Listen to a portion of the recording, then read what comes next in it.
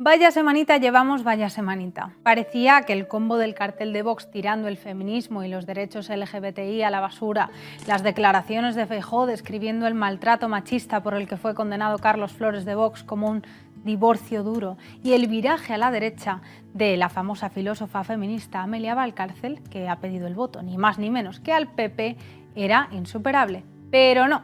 Al día siguiente va Pedro Sánchez y dice, no en una entrevista, sino en dos, que la culpa de que haya surgido una ola reaccionaria contra los derechos de las mujeres es ni más ni menos que de las feministas, que nos estamos pasando ya un poco diciendo cosas que incomodan a unos señores de entre 40 y 50 años que no se sabe bien si son amigos del presidente, si han salido de algún estudio demoscópico o quiénes son exactamente. Pero todo es susceptible de empeorar, tranquilidad.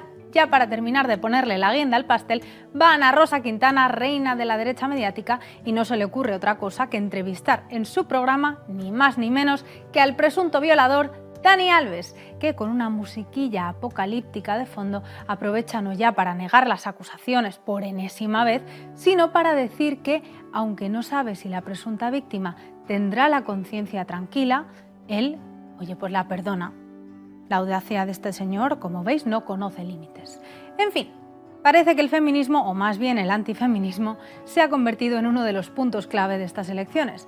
Así que hoy os quiero hablar de cómo no hacer cine feminista o de cómo sí hacerlo. Bienvenidos y bienvenidas a Nueva Temporada, el espacio de análisis de cine y series de Canal Red.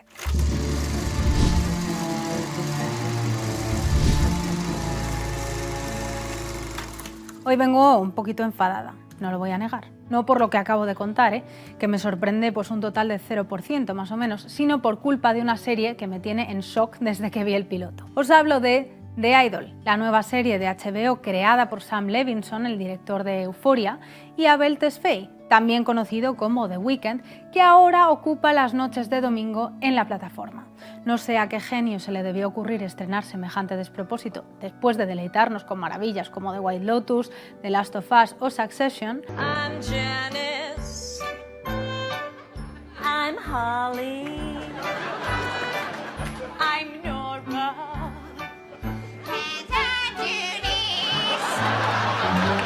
Pero, como las comparaciones son odiosas, mejor me guardo la maldad para otro día y os cuento por qué esta serie ha causado ya desde antes de su estreno en Cannes una polémica de magnitudes importantes. De hecho, creo que no hay mejor momento que ahora que el feminismo está en boca de todos para reflexionar sobre cómo desde el cine se puede o bien potenciar la lucha por la igualdad de género o bien perpetuar todos esos estereotipos que justifican y dan pie a esas ideas y actitudes machistas que tan de moda se han puesto últimamente, no solo entre los señores de 40 y 50 años, sino también y especialmente entre las personas más jóvenes. Esto ni lo digo yo ni lo dicen las fuentes misteriosas de Pedro Sánchez, lo dice el último barómetro del CIS, que estima que de los electores que votarán a Vox el 23 de julio, un 10,4% serán jóvenes de entre 18 y 25 años. Casi nada. En fin, vamos con The Idol.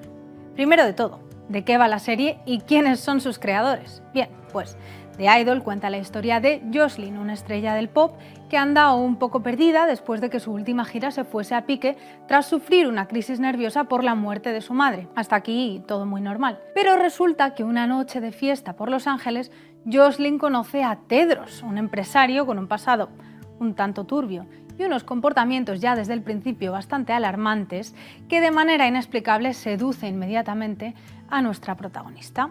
Según explica The Weeknd, el personaje de Tedros, que él mismo interpreta, representa a ese tipo de persona que tiene la ambición necesaria para triunfar en la industria de la música, pero que sin embargo carece del talento necesario. Es esto lo que le lleva a aprovecharse de la fragilidad e inocencia de Jocelyn para convertirla en su nueva gallina de los huevos de oro. Una premisa que resulta verosímil y que podría haber dado lugar a una historia muy potente en la que se denuncian los abusos que sufren las mujeres jóvenes en la industria musical a manos de hombres como Tedros. ¿Recordáis el caso de Kesha? Yo sí. Por desgracia, más que denunciar o criticar este tipo de violencia, que era el objetivo inicial de la serie, se supone, The Idol se recrea en ella y acaba por hacer lo que hizo Blonde, el último biopic sobre Marilyn Monroe, pero multiplicado por 100. ¿Por qué sucede esto? Pues según un reportaje de Rolling Stone, detrás de la producción de The Idol hubo un buen drama, bastante más interesante, he de decir, que el drama que cuenta la propia serie. Al parecer, la producción estuvo plagada de retrasos, nuevos rodajes y reescrituras. De hecho, estando la serie ya a puntito de terminar de rodarse, la directora Amy Seimetz abandonó repentinamente el proyecto. Se dice que a causa de unas críticas de The Weeknd, que consideraba que la serie había adoptado una perspectiva, demasiado femenina, digamos. Aquí es cuando Sam Levinson, el famoso creador de Euphoria, asume la dirección de la serie y desecha por completo el trabajo de Amy Seimetz, en el que ya se habían invertido, 70 y pico millones de dólares, para reescribirlo y volver a rodarlo desde el principio.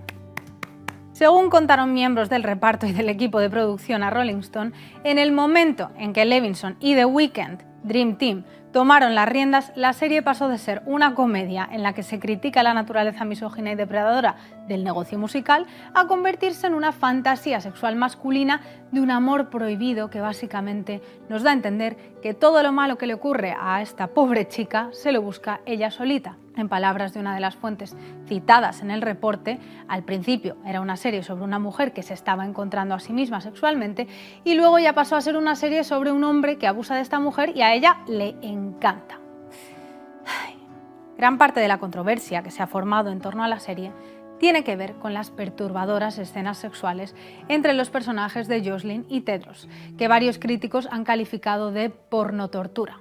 Tortura, intuyo que no tanto por la naturaleza violenta de las escenas, sino más bien por lo arduo o incluso insufrible que se hace verlas. Como expuso Rolling Stone, aunque la versión original de la serie sí pretendía tratar también la faceta sexual de la protagonista, por razones que nadie comprende, cuando Levinson asumió la dirección, aumentó drásticamente el contenido sexual de la serie, algo que no resulta sorprendente teniendo en cuenta que el director ya tuvo problemas con varias actrices de Euphoria por introducir en el guión desnudos gratuitos completamente innecesarios para el desarrollo de la trama, véase el personaje de Maddie. ¿Y cuál ha sido la justificación de Levinson a estas críticas?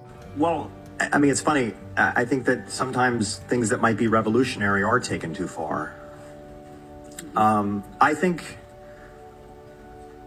it's we live in a very sexualized world. Básicamente que vivimos en un mundo muy sexualizado en el que la pornografía tiene una gran influencia sobre la juventud y sobre la industria musical, que no podía ignorarse en la historia de Jocelyn y que esta serie busca precisamente desafiar los límites de la representación del sexo en el cine, ir un paso más allá, innovar. Toma ya.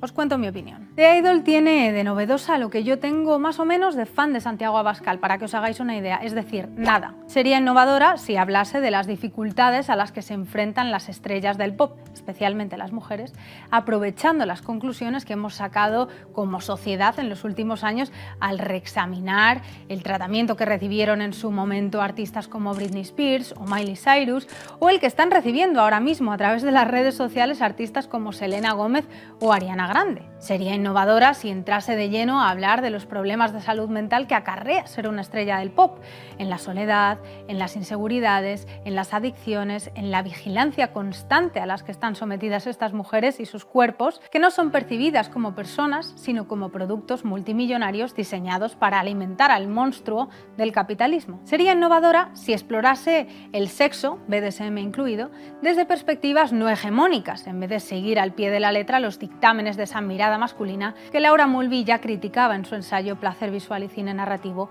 publicado allá por los 70. Me detengo un momento en el concepto de la mirada masculina porque nunca viene mal recordar en qué consiste este fenómeno y cómo ha atravesado las fronteras de la gran pantalla para instalarse en otros ámbitos del sector audiovisual, como pueden ser las series, la publicidad, la prensa o la música. Según Mulvey, hay 3 tipos de mirada masculina en el cine. La primera es la mirada masculina del director.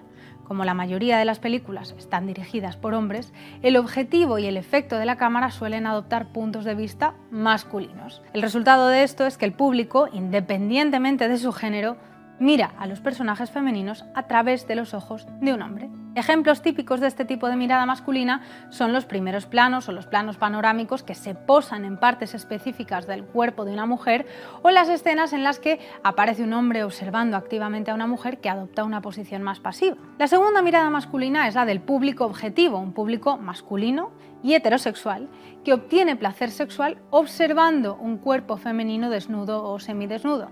Esta idea proviene del concepto freudiano de escopofilia, en el que no voy a entrar, pero en el que sí profundiza el ensayo de Mulvey para quienes estéis interesados. Y la tercera mirada masculina de la que habla Mulvey es la de los personajes masculinos de la película. Como vemos en The Idol y en tantas otras películas y series, es muy común que los personajes femeninos aparezcan en pantalla simplemente para ser mirados por los personajes masculinos.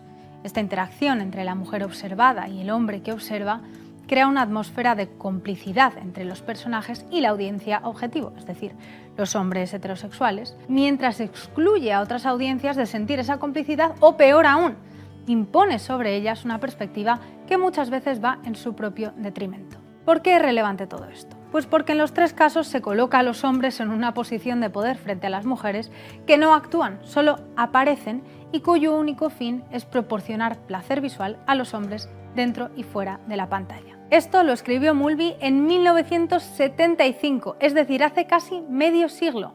Pero visto lo visto en The Idol, no viene mal refrescar la memoria. Repito mi pregunta. ¿Qué límites exactamente pretende desafiar esta serie? ¿Dónde está la diversidad de los cuerpos? Y no me refiero solo a los femeninos o a los cis, hablo también de los masculinos, de los trans, de los no binarios. ¿Cuestiona acaso algún estándar de belleza más allá de incluir en el reparto, gracias a Dios, a personas que no son blancas? Porque en los 3 episodios que hemos visto hasta ahora son todo caras perfectamente simétricas y cuerpos sin un gramo de grasa ni un atisbo de vello. ¿Dónde está la transgresión? ¿Y dónde quedan reflejadas las diversas maneras de disfrutar el sexo más allá de los tópicos del porno mainstream creado como el cine, casi siempre por hombres, y pensado como el cine, casi siempre para el disfrute de las audiencias masculinas heterosexuales? ¿Se creerán los creadores de The Idol que ridiculizando a figuras como los coordinadores de intimidad, que tantos años ha costado incorporar a la industria, por cierto, están siendo disruptivos? ¿O están simplemente banalizando las experiencias de abuso de miles de mujeres causadas precisamente por la falta de perspectiva de género de la industria audiovisual? En su documental titulado Brainwashed, Sex, Camera, Power, la cineasta Nina Menkes explica que con hombres casi siempre al mando, la representación de las mujeres y nuestra sexualidad en el sector audiovisual sigue siendo una actividad de coacción e imposición determinada por las relaciones de poder masculinas o patriarcales. No hay más que ver la deriva que tomó The Idol con Amy Seimetz fuera del proyecto. En un mundo paralelo, The Idol podría haber expuesto las dificultades de ser mujer, joven y extremadamente famosa en un mundo y en un sector que a día de hoy sigue destacando por su desigualdad. Según una encuesta de 2018 realizada por la Universidad de Princeton, un 72% de las mujeres en la industria afirma haber sido discriminada por su género y el 67% afirma haber sido víctima de acoso sexual. Otra encuesta de 2020 llevada a cabo por la Universidad del Sur de California revela que entre los 3 retos principales a los que se enfrentan las mujeres en la industria de la música, a día de hoy se encuentran 1. El acoso sexual y la cosificación, 2. La discriminación por edad y 3. La dominación de los recursos por parte de los hombres, incluyendo una acentuada brecha salarial. El movimiento Me Too ha ayudado mucho a visibilizar la desigualdad y a promover los valores feministas en las industrias culturales. Pero ya lo decía Susan Faludi, a toda ola de avances feministas le sigue otra ola de reacción antifeminista. La mirada masculina en el cine, las series y la cultura quizá pueda parecer inocua si la comparamos con los discursos reaccionarios de la derecha o con los feminicidios y las violaciones que siguen ocurriendo todos los días en nuestro país y en todo el mundo. Pero no por ser menos extremos son menos dañinos. Lo uno siempre da pie a lo otro. Crear una serie como The Idol que banaliza la violencia sexual, objetifica los cuerpos femeninos y confunde el clickbait cinematográfico con transgresión, se traduce, en última instancia, en las mismas prácticas misóginas y depredadoras que prometía criticar la serie y que siguen dominando las dinámicas de estas industrias. Como veis, esto de disfrazar lo rancio de transgresor no lo hacen solo los líderes de la ultraderecha, también lo vemos en nuestras pantallas, interpretado por las estrellas del momento, cuando acabamos de cenar y ya hemos bajado la guardia. Así que mucho ojo y sigamos siendo críticas, que queda muchísimo por hacer. Y hasta aquí el análisis de hoy, nos vemos el próximo día en nueva temporada. Y mientras tanto, suscribiros al canal y activad la campanita para no perderos ningún programa.